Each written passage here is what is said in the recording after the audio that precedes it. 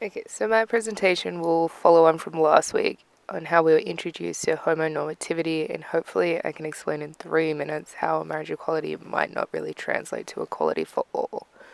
So, as Duggan states, homonormativity is a politics that does not contest dominant heteronormative assumptions and institutions, but upholds and sustains them while promising the possibility of a demobilized gay constituency and a privatized, depolitized gay culture anchored in domesticity and consumption. What Duggan is saying is that the homonormative culture has assimilated the queer community into the right kind of homosexual, and this has also created homonationalism, a term by Jasper Poir, which manufactures the so-called good gay into a Western nationalist ideal. All of this translates to a narrow understanding of equality, providing formal access to a few conservative institutions such as marriage.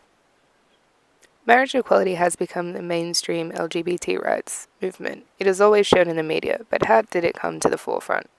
The HIV/AIDS crisis and the lesbian baby boom of the 1980s changed the understanding of family and how marriage and domestic partnership play such a pervasive role in the allocation of rights and legal protections, and so there was a real push for legal recognition of domestic partners.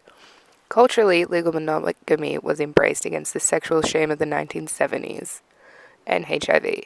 These changes began the shift towards an acceptance of marriage for protection, though others still saw marriage as the mainstreaming of gay culture and stigmatizing other forms of queer expression. What actually solidified marriage as a singular representative issue for mainstream LGBT rights movement in Australia was John Howard. The year the Marriage Amendment Act was passed, the Australian Marriage Equality was formed, who have lobbied for marriage equality ever since. Howard's marriage prohibition created a desire for normalcy for queers who may not have otherwise even considered marriage, and therefore inadvertently made same-sex marriage the major LGBT issue. Was Howard in fact trying to make queers homonormative? I think that's for another presentation. The legalization of same-sex marriage has coincided with a period of sharper divisions between activists who held marriage as the most significant step in LGBT politics and those who perceived it as compliance with heteronormative normalization. Duggan sees marriage promotion as one of marriage welfare, where queer dependents are taken away from the state and onto private households.